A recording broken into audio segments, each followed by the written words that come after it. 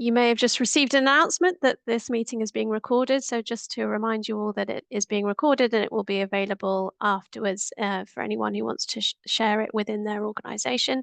Um, my name is Sophie Broadfield. I'm Executive Director for Sustainable Communities at Bath and North East Somerset Council. And I'm also Chair of the Southwest Adept Board.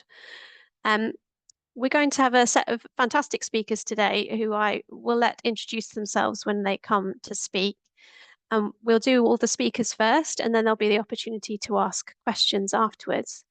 Can I please ask that if you want to ask a question, please write it into the chat.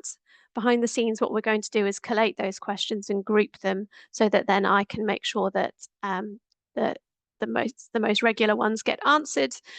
So I will read out the questions and invite members of the panel to respond. So if you have a question, please post it into the chat and we'll collect them.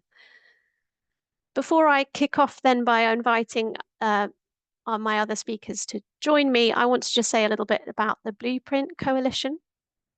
The Blueprint Coalition is an influential group of local government organisations, environmental groups and research institutions that advocate for increased support for council climate and nature action.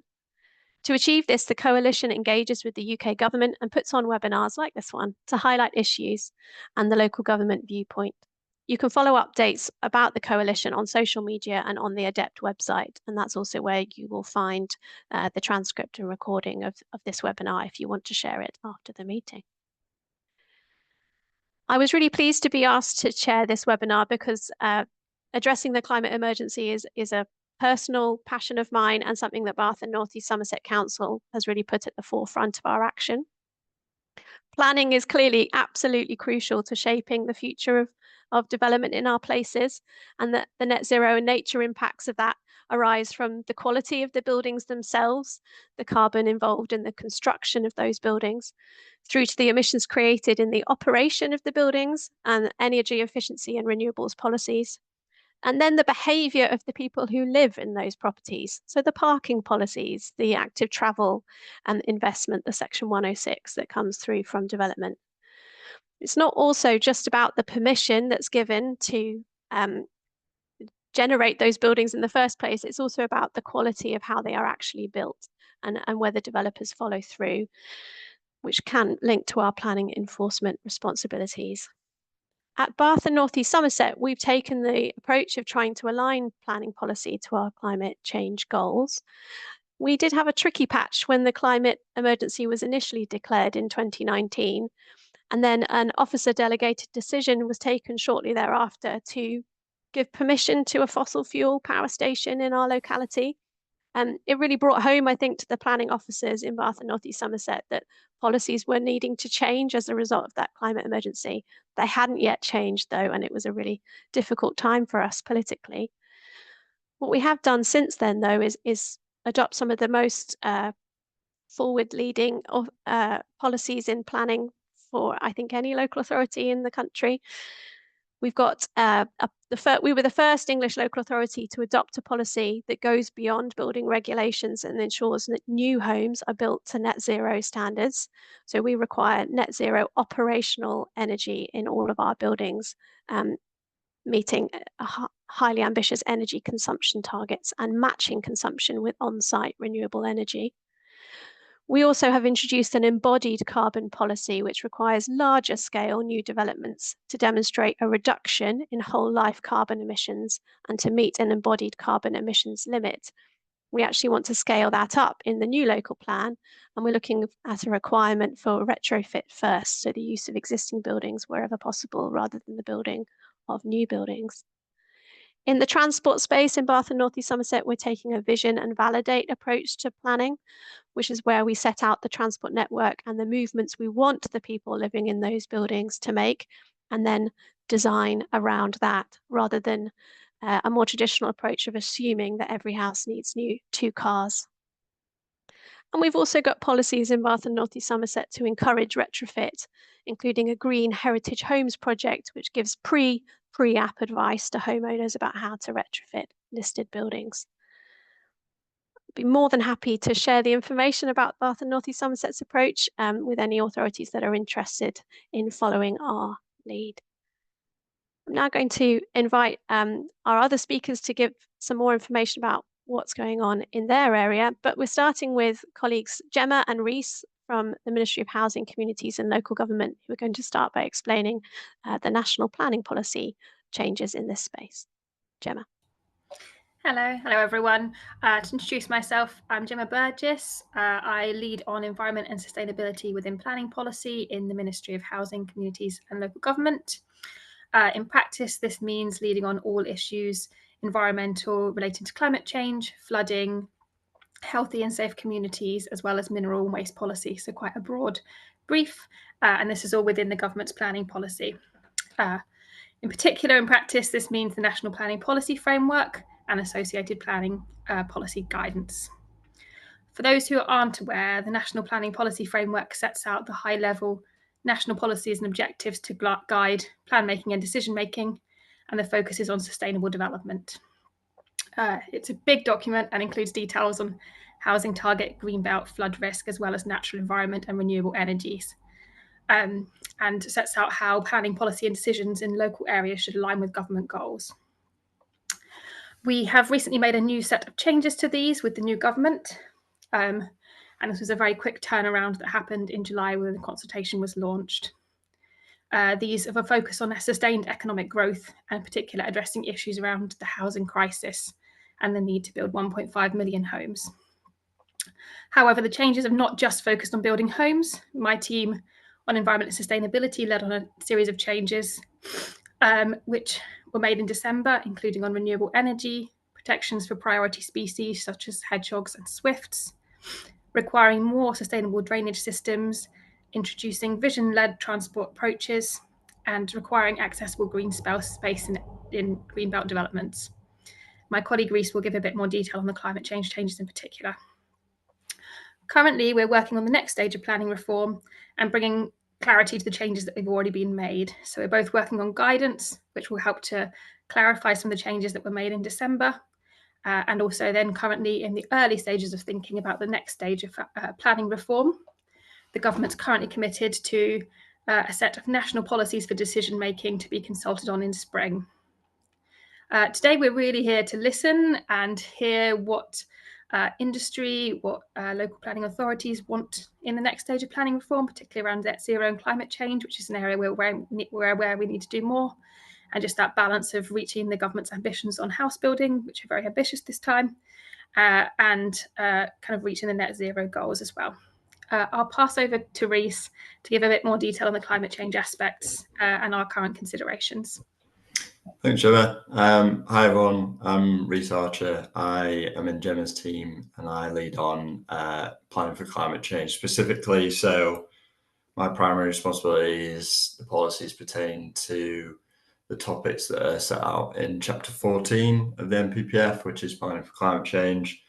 I'll quickly run through what, the policies in that chapter are trying to encourage, but and apologies in advance because I know a lot of you are basically teachers suck eggs because I know what that NPPF does, and then I'll sort of run through some of the stuff that we've updated specifically in the new NPPF. So in Chapter 14, broadly the policies contained within that chapter aim to encourage at a high level the transition to net zero by 2050, take a full account of the climate impacts, help to shape places in ways that contribute to reductions in emissions, minimize vulnerability and improve resilience, encourage the reuse of resources and conversion of existing buildings, and supporting renewable and low carbon energy deployment. And as Gemma mentioned there, we have recently updated the NPPF. And again, whilst the reforms were primarily centred on delivering the government's target of 1.5 million homes and unlocking development of critical infrastructure, we've made some immediate changes to further support climate action through a few things. So the first of which is we've given significant weight to renewable and low carbon developments, contribution to a net zero future. And through doing that, we are hoping to encourage local authorities to approve applications for these developments where it's appropriate to do so. Further changes to emphasize the importance of climate considerations in planning, including aligning the planning system with our net zero goals for the first time, which is a really important step. A new paragraph 163 to be specific, which makes clear that climate change is an important consideration in both decision making and plan making. And then broadly, a wider range of climate impacts are referenced to ensure that they're considered. And as Gemma mentioned, we've tried to encourage a more holistic approach to SUDS provision. We also use the government response to signal that we'll provide guidance to local authorities and developers to support the practice of carbon accounting to reduce emissions as part of both plan making, but also when developers are submitting a planning proposal. And I think also, just to finish, it's important to note that the changes that we made are immediate changes to the framework in response to the consultation. And we also committed in that to review the planning system holistically and consider what further changes are required to address climate change when we consult on further planning reform that Gemma mentioned earlier. At the moment, we're preparing for that consultation. So we're really keen to hear. Rhys, can I ask you to wrap up at this point? Yeah. Just about to wrap up. Yeah. So we're really keen to hear your thoughts on, what we can do to strengthen our commitments. And yeah, I'll pass back to you, Sophie. Cheers. Thank you so much. And sorry, everyone, we've agreed beforehand as speakers. I'm giving everyone a time warning so that we keep to time. Thank you so much, Gemma and Rhys. That was really useful to hear where you're coming from at MHCLG. Martin Elliott is Head of Strategic Planning at Leeds City Council. Can I invite you to come in next, please, Martin? Yeah, thanks, Sophie. Morning, everybody. So Leeds, if you don't know, is one of the largest authorities in the country. We are regularly one of the top 3 housing deliverers. And last year we delivered 4,000 homes. We have aspirations to be quite a forward-thinking net zero authority. And one which is sustainably focused. In fact, net zero is one of our what we call 3 pillars, which sit in our best city ambition, alongside health and wellbeing and inclusive growth. And it was part of that net zero thinking that led the council to declare a climate emergency back in 2019. And that climate emergency set an aspiration to be net zero by 2030. Why did you do that, you might ask? That seems crazy. It was ambitious, but at the time, 5 years ago, the 1.5 degree temperature rise globally, we still thought it was achievable to be able to aim for no more than 1.5 degrees if everybody played their part in that. But also, the council's carbon budget was exhausted. And if we'd carried on delivering in the way we were delivering, we would have run out by 2029. So that 2030 target was an important milestone for the council. We had a climate conversation with local people, which really supported the ambitions of what we were trying to do. And we've done quite a lot since. All our energy in the council is now from renewables. We're looking at providing specific solar farms for council energy. We've retrofitted many council homes within the district. We've set up a district heat network and are looking at extending that with another. We're exploring geothermal opportunities within the council. We've set up a biodiversity habitat bank. We bring minerals into the city by barge from the North Sea. And we've adopted a local transport plan whose strapline is the city where you don't need to own a car. So a lot of active travel and public transport investment is being sought in the city, including working with the combined authority and mass rapid transit system to provide low energy transportation. But one of the key things in that climate emergency was to be the Leeds local plan update. And that local plan update, we started work on that in 2021, and it was called Your City, Your Neighbourhood, Your Planet. It had a range of policy areas in it around adaptation and mitigation, but the mitigation was around net zero targets and the operational energy of new buildings. We spent a lot of time talking to the UK Green Building Council and BRE, and we came up with energy use intensity targets, which we saw other authorities in the country developing. We also proposed a policy on the home quality mark, working with BRE. We were looking at embodied energy and asking developers to assess their embodied energy from new development and making more space for renewables. That was sat alongside a series of policies around adaptation, including green space, flood risk, trees, biodiversity, and underpinning all of this, 20-minute neighbourhoods. So we really felt we had a very good package of policies to bring forward. We were then carrying out consultation and updating viability, and the policies were shown to be viable back in early 2022. But then we had to pause. We paused for a variety of reasons. The first was that viability changed. The second was the written ministerial statement, which came out in 2023, which set a much higher bar for viability in a local policy and suggested, well, stated actually, that we should be using target emission rates, not energy use intensity targets, within any operational energy policy. At that point in time, the Future Homes Standard, the baseline against which we were seeking to go further, wasn't clear. We had a new government, and we didn't quite know what the new government's agenda was on climate. And there was also various planning reforms, and including the NPPF, which Rhys set out. But our view on that was the NPPF certainly said a lot on housing growth, but it didn't necessarily have all the sort of necessary technical detailed policy guidance on climate. The government missions from the new incoming Labour government were very clearly focused on economic growth, and really that was leading to confusion and risk. And the council took a view very recently that it would continue to pause bringing those policies forward because we weren't really sure that they would actually be sound anymore, certainly not against the viability assessment that we've done for our operational energy policy. We're seeking to combine those policies now with a further review of the plan, which looks at everything else in terms of housing growth, economic growth. But as we do that, there still remains risk and uncertainty around what planning can do for climate. So really our asks of government are around the need to clarify the role of the planning system for climate in detail, not just in general. That needs to be in the NPPF, not just in a written ministerial statement. We do spend an awful lot of time working out what planning can do in this field. Martin, time warning, I'm afraid. Thank you. Because at the moment, as we all know, we're very hard pressed in local authorities, and a lot of this work comes at a lot of cost to the authority.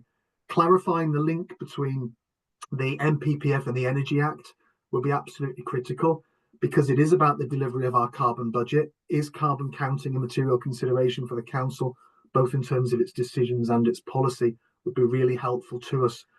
There is a danger that we're moving into an affordable housing or net zero or economic growth situation, not an and we've been here before, but many times, even going back as far as Nicholas Stern, we have the evidence to suggest we need to be doing it all at the same time, because actually it's more economically viable for the long term that we do so.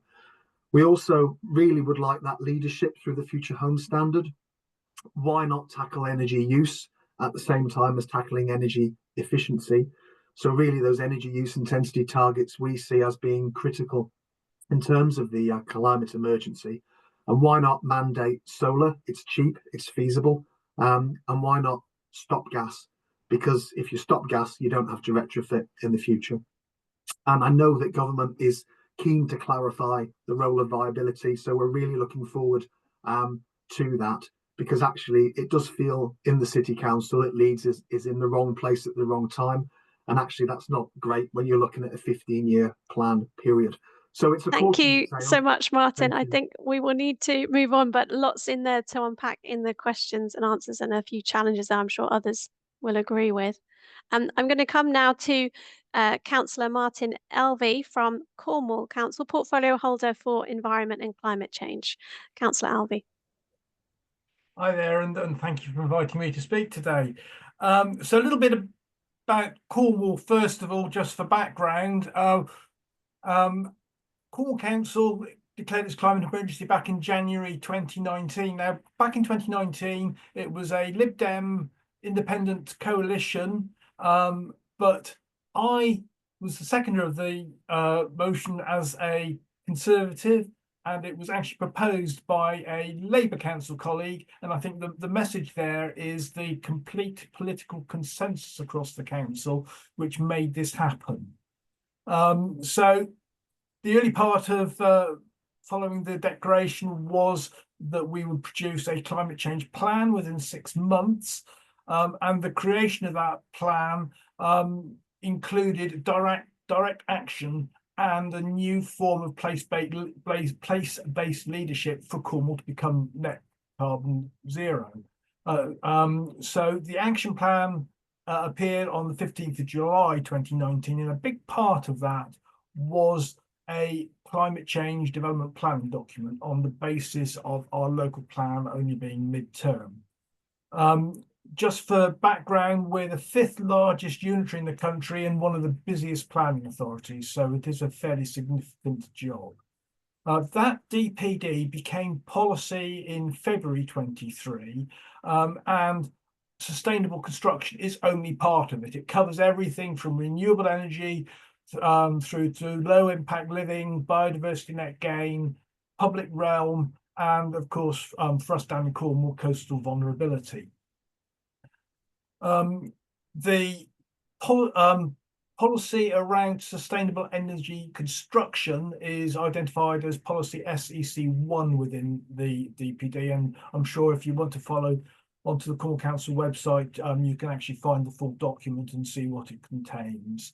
I think one of the key things to the document, though, is that it placed explicit metrics on developers. So, for example, space heating, 30 kilowatts per hour per square meter annually.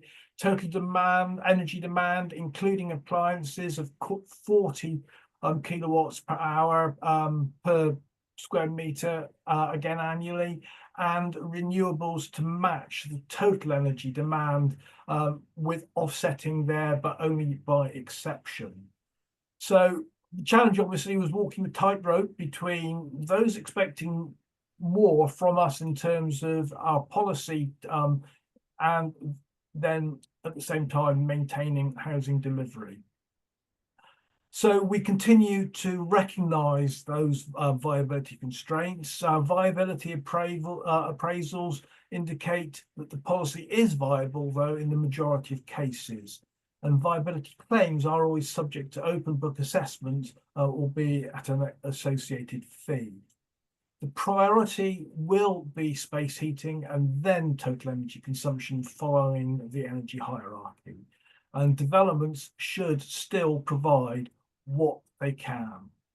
So we recognise technical limitations. So, for example, blocks of flats with insufficient suitable roof space or alternative services for solar PV, infill sites with notable overshadowing, sensitive cores of conservation areas, listed buildings and such like, which dictate roof lines and limits of use such as solar panels.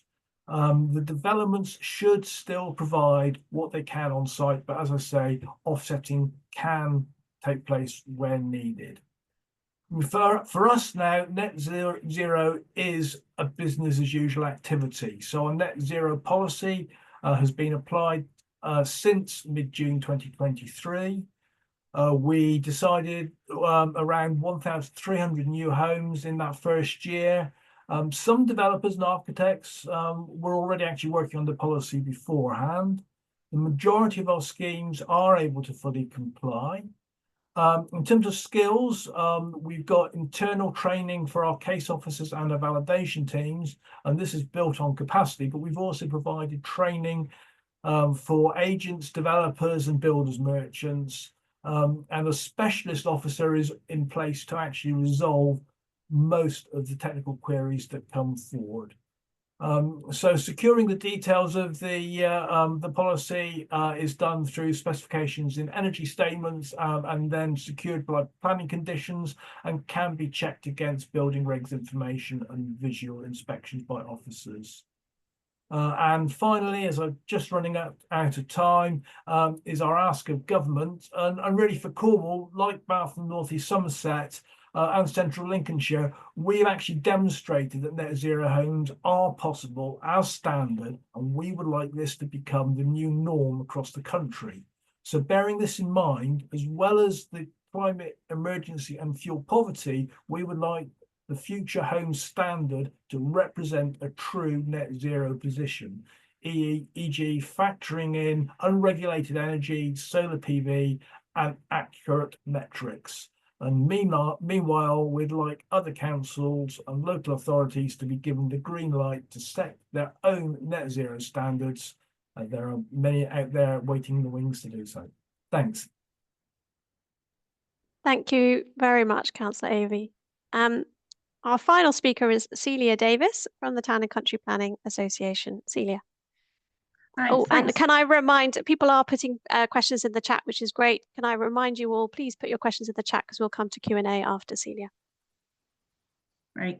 Thanks so much, Sophie. I think it's been so powerful to hear those examples from Cornwall and Leeds of the, I guess, the opportunity that national policy has in terms of getting out of the way and allowing local innovation, because I think from what the work we've seen at the TCPA, that innovation on climate is very much coming from the local level, and it's really happening, you know, despite national policy rather than being enabled by it over the last few years. So I think the written ministerial statement, as has been referred, is a particular barrier, and Leeds is just one of many local authorities that are, you know, trying to negotiate their way around this policy barrier, and it puts them, it means that doing the right thing and the no-brainer thing in terms of net zero buildings, it becomes a big risk for those local authorities to carry.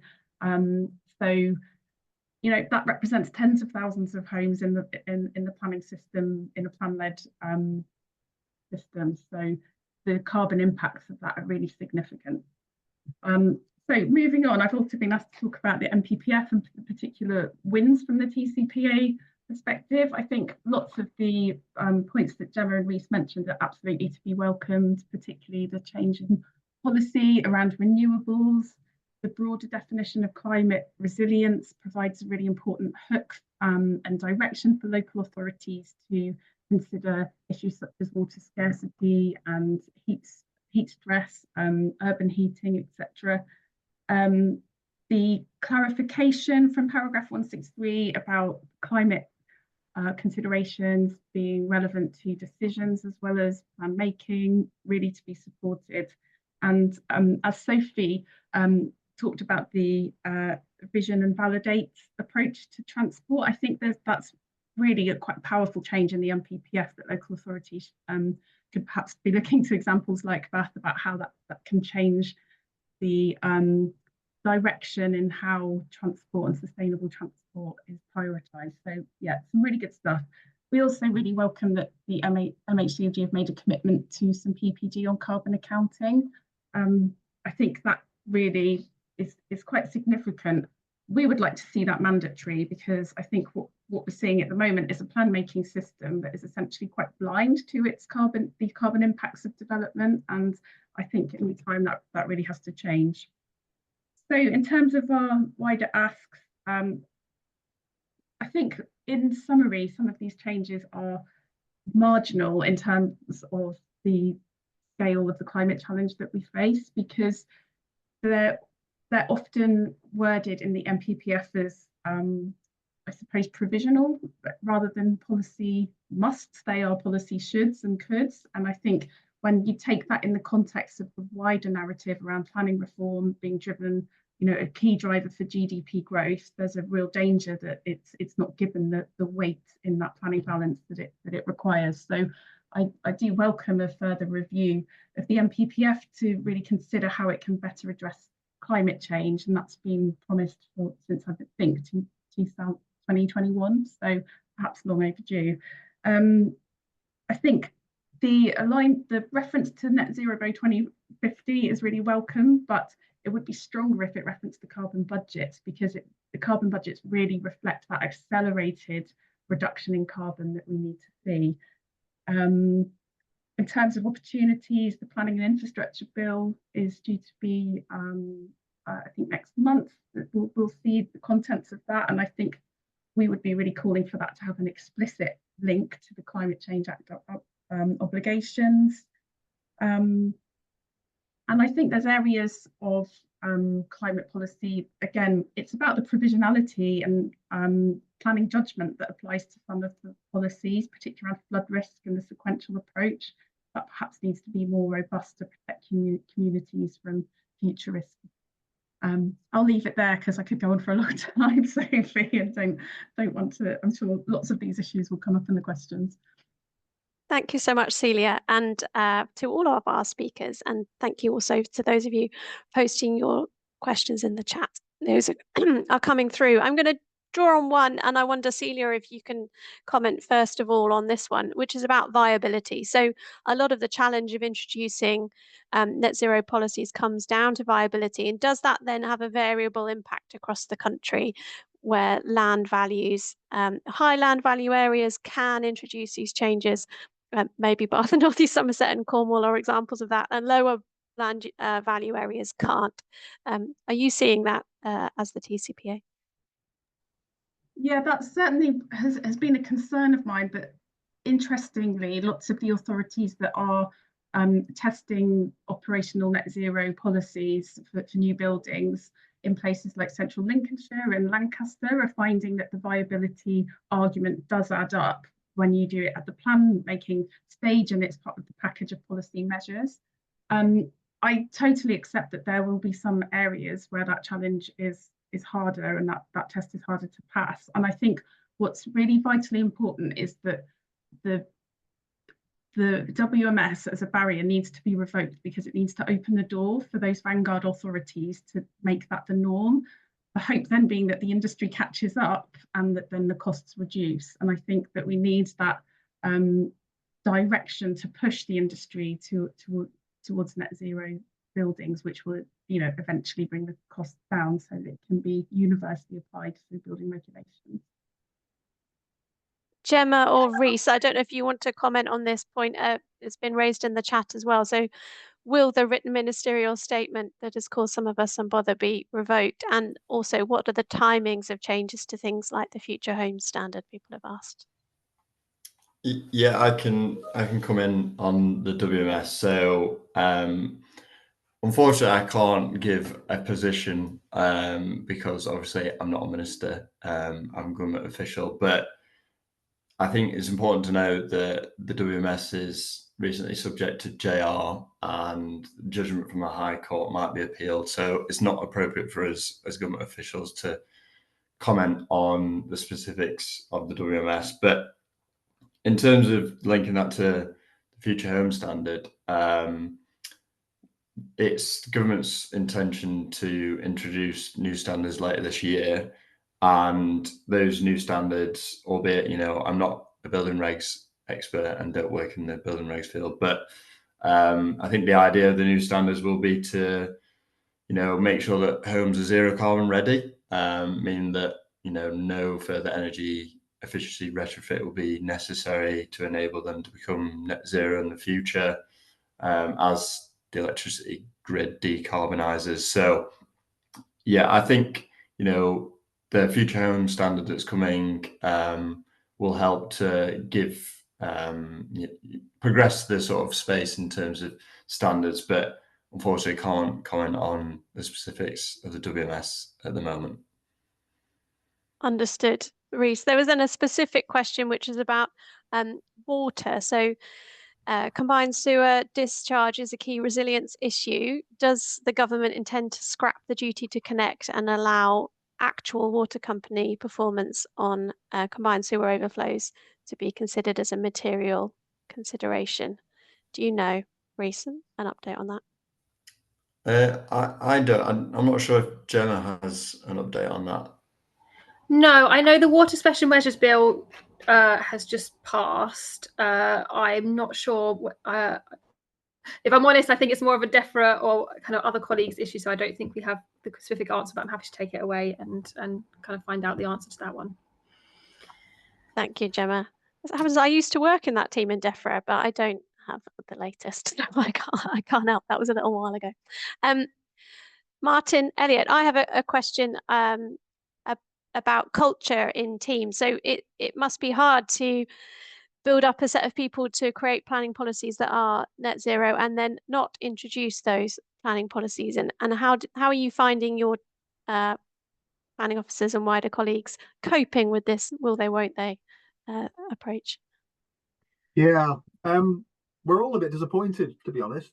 I think if anyone's worked in the planning system over the last sort of 15 years, they'll know that they need to get used to change, wider contextual change, and be really flexible and resilient. And that's what we're all doing. We've lead. So we need to look for opportunities now. What are the opportunities for us to think about how to get net zero building policies through in Leeds? And I think it's going to be a lot more nuance. I think there are different housing types and different developers who may be able to do this than others. So we might need to have quite a specific policy, recognizing we've got quite low value markets within the city. So rather than have a sort of a one size fits all approach, I think we're probably going to have to become quite specific in our net zero ambitions. But that's achievable. It just takes a lot of resource, a lot of skills that we don't necessarily have. We're fortunate that we have some of those skills in-house, but it just takes a lot of time. Councillor Alvey, there's a question in the chat about how it would be easier to do this as a local authority if the government would only mandate these standards nationally. I just wondered, you had a call to arms at the end of your presentation that you can do this without national action. If you could just answer that question. So, there's no doubt that it has been more of a challenge, as I'm sure you have found, doing it on your own, particularly down in Cornwall. If we're to meet our housing targets, we aren't just relying on the smaller local firms to deliver housing. We are relying on the big nationals.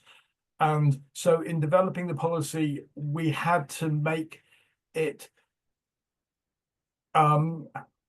such that we didn't put off those big nationals because they just would see Cornwall as all too difficult. So it can be done, but it really is a co-produced document working with both the local residents and those that are passionate about decarbonising the construction industry in the area, but also engaging with the developers as to what they would actually accept and be able to work with. So I think it has to be that discussion at developer level. But what I am saying is it's not impossible to do, as we've proved.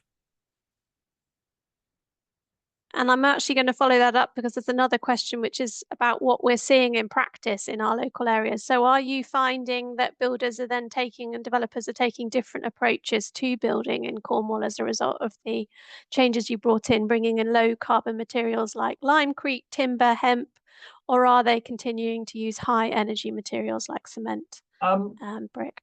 So the dial is shifting, and funnily enough, I've got an online meeting after this webinar with a firm that is looking at hemp production in Cornwall for that very reason. So yes, there is a shift. We're certainly seeing a lot more renewable materials, a lot more timber being used. We are a bit unusual down here, certainly in terms of heating, for example.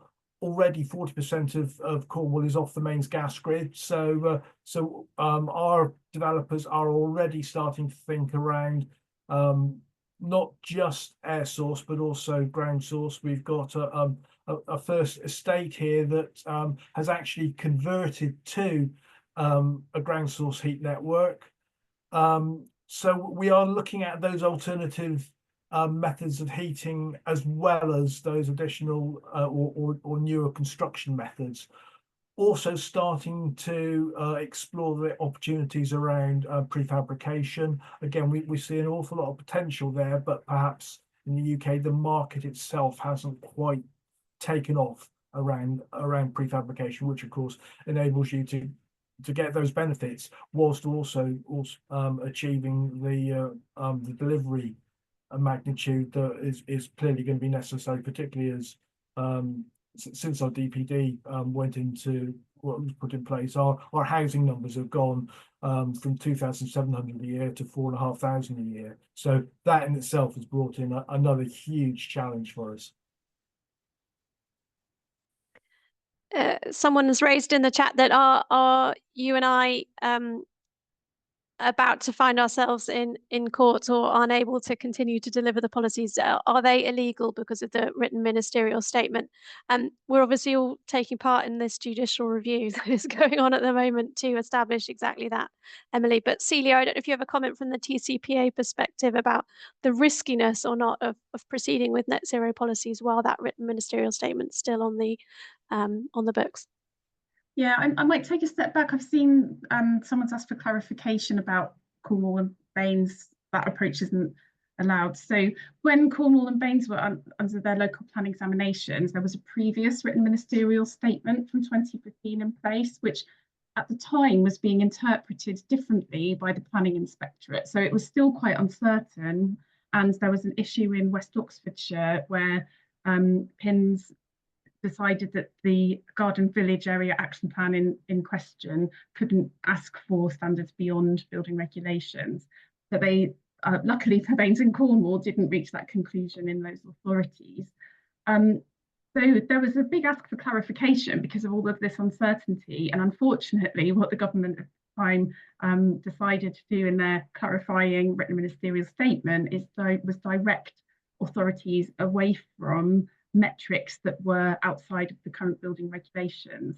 Now, the problem with that is that the current building regulations uses a model home where essentially you can build a home and apply solar panels, but it might not be very fabric efficient. And what these energy use intensity targets are trying to do is drive a fabric first, energy efficient approach, which reduces the demand of energy from development. And that's how you get to net zero operational energy. The way the written ministerial statement's written is quite interesting, I think, because it's, you know, there's legal advice that we hope is actually, I can share a link to a resource page we have on this if people are interested, that says really you can get those net zero building operational energy policies can be found sound. It's just you need to pass the test, and I think it's really just about the appetite for risk at the local authority, because it will be challenged at inspection. So local plans are obviously, you know, difficult and contentious documents often anyway. So it's just that the additional risk, and the judicial review is on the grounds of the environmental principles not being assessed. So the kind of cumulative carbon impacts of stopping local authorities build those net zero standards haven't been assessed, which I think is the grounds of the JR. So sorry, kind of quite a long history there, but it is frustrating and it's quite complicated. But I don't think it's the case that no, you can't get these policies through. I think everyone's waiting for a test case, and there are a couple of local plans examination that we're kind of waiting to see how PINs land and how those are assessed. Thank you, Celia. I thought that was really clear. So, and thank you for posting. Isaac's posted the link in the chat, so for people who want to go and look into that advice. Gemma Rees, I wanted to just pick up the wider point that was also raised, Emily's raised, which is with the local government reorganisation happening at the moment, many district councils find their future uncertain, to put it mildly. What's your view as a MHCLG planning team about the combination of things we're asking of district planning teams right now to go through organisation, to build lots of homes, and to reach net zero? Yeah, happy to come in. I mean, I think having worked, my previous role was actually in Cities and Local Growth Unit, which is that kind of intermediary unit between central government and local government. And I'm all too aware of the issues that face local planning areas and local authorities and the kind of government reorganisation. I think our new government has an ambitious agenda, and a lot of that around devolution and kind of this want to get things done quickly, obviously with the building houses as well. And we know that there's been a lot of planning changes. So I think recognise that there's a lot going on all at once, and we do have sympathy and awareness of that, and always happy to hear from how that feels on the ground and how we can make sure that's as streamlined as possible when we move into next stage of planning reform and kind of next considerations, because we're really aware that there's a huge amount going on in local areas, and it has happened at once. I mentioned in my introduction where we're looking to go next in Bath and North East Somerset is both the vision and validate approach to transport. Martin Elliott, you raised it. You've done a lot of work on transport as well in Leeds, and then also looking at an embodied carbon policy, which encourages retrofit first. I just wondered whether the other local authorities might want to comment on where they would like to go next. Councillor Alvey, what would you like to do next in Cornwall, given the chance? Certainly for us, retrofit is a vexed issue because of the age of a lot of our housing, and also the fact that we've got quite a few, as you'll appreciate, older rural properties that are particularly challenging for retrofit. Actually, for us, the challenge is around energy supply now, and we're just getting to the point where we've been working on a local area energy plan, which actually funded by government, because it unlike other desktop LAEPs, ours has been co-produced. It's actually Cornwall and the Isles of Scilly in partnership, producing what will be the first rural and co-produced local area energy plan nationally, which has been done in accordance with government guidelines. Reason that's been funded for us is in order to actually have a template for others to follow. So I think our next aim is around getting the energy and the grid supply correct for Cornwall, because without that, nothing else is going to prove possible. So yeah, retrofit important, and the challenges around that in a rural area. But for us, grid and getting that right is going to be essential for us to move to the next stage. I'd echo that for Bath and North East Somerset. Martin Elliott, any thoughts from Leeds? Where would you go next? Yeah, similar. And I think we'd really like to carry on with our resilience policies, our placemaking policies, because there's a lot of areas of Leeds which are not resilient to the climate impacts, and we're seeing them. They will increase. So we really would like to dig into good quality development that actually supports nature, well-being, health, as well as those easy to achieve operational layout type design measures to reduce the carbon impact.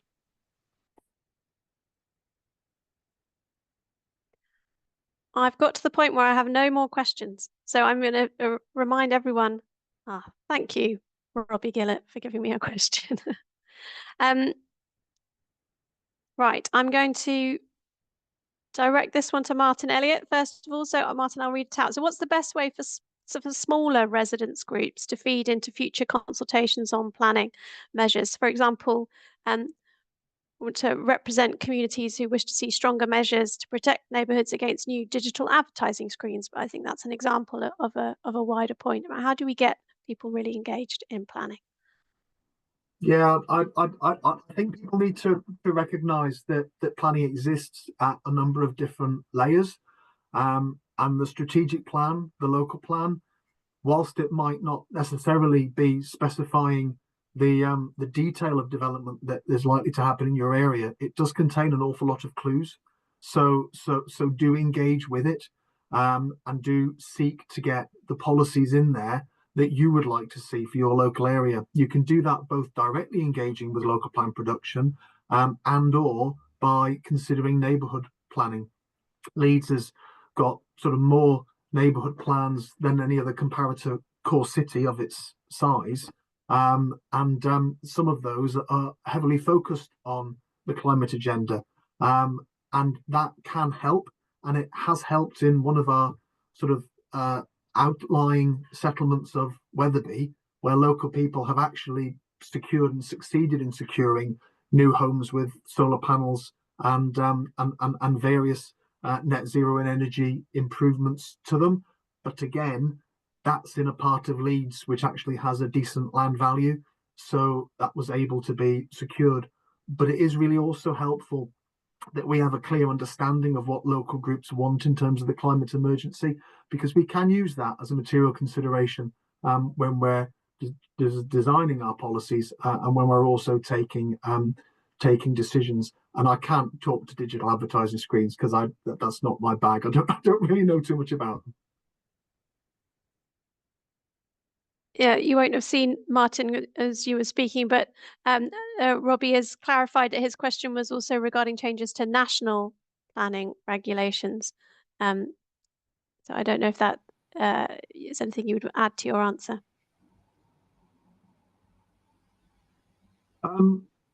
Not sure. I mean, I'm sure Reece might be able to offer something, but if that's a current gap in terms of digital advertising at the NPPF level, then that's a question for MHCLG. Yeah, I can come in on the Thanks, digital Gemma. advertising.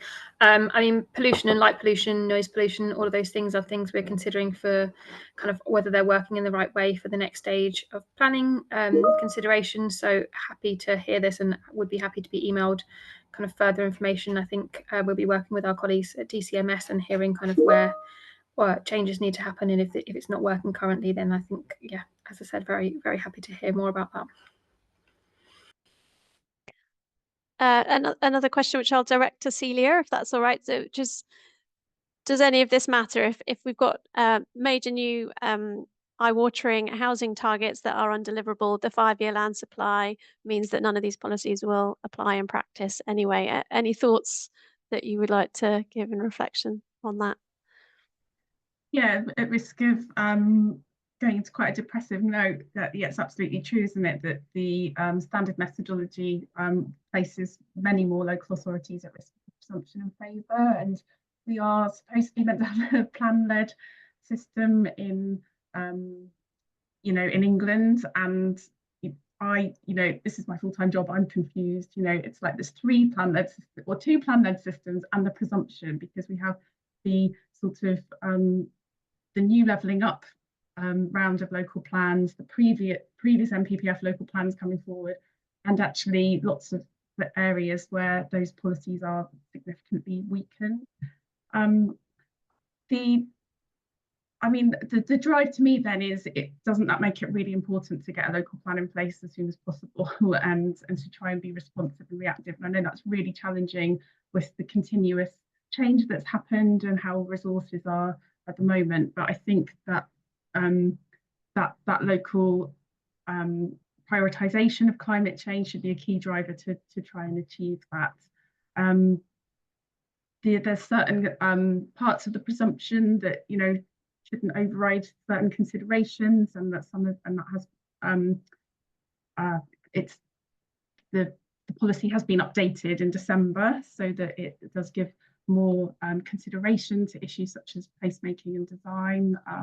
So yeah, I don't know what to say really. It's not an ideal situation, and my advice would just be try and get your plans in place. And it seems to me that there's a kind of, we're going to have 2 years of kind of quite a lot of speculative development, and then later on we'll have a perhaps more robust system where we'll have strategic planning and a kind of hopefully universal coverage of those plans. Martinelli, did you want to come in on this as well? Yeah, thanks, Sophie. I suppose from a personal perspective, we have to recognise that whilst we've had a climate crisis for many, many years, we've had a burgeoning social crisis and an affordable housing crisis. and we've now in the middle of an economic crisis. And the government's very clear that it sees planning and it sees development as a solution to that economic crisis, which it feels has to be in place and remedied before it can deliver those other things. But that doesn't help local authorities making 15 to 20-year plans. So how do they think about these cycles throughout those plan periods? That, I think, is a real challenge, and it would be helpful if government thought beyond the immediate to sort of guide what happens in the next stage. I feel like this is a good point to end, and to highlight that strategic challenge that we've been discussing the whole way through this conversation, which is, we all know it's a desperate social crisis, that we need more homes, and that is incredibly important in all of our communities. We also know that we need those homes to be net zero and climate resilient. I think Celia's advice to us all to get local plans in as quickly as possible in order to respond on both is clearly correct. And we also all know as local authorities how challenging that's going to be. I really appreciate all the contributions from the speakers today in helping to bring to life that challenge, and all the questions from those of you in the audience. So thank you very much. And thank you to the Blueprint Coalition for bringing us together for this webinar. We'll close there. Thank you. Thank Thank you.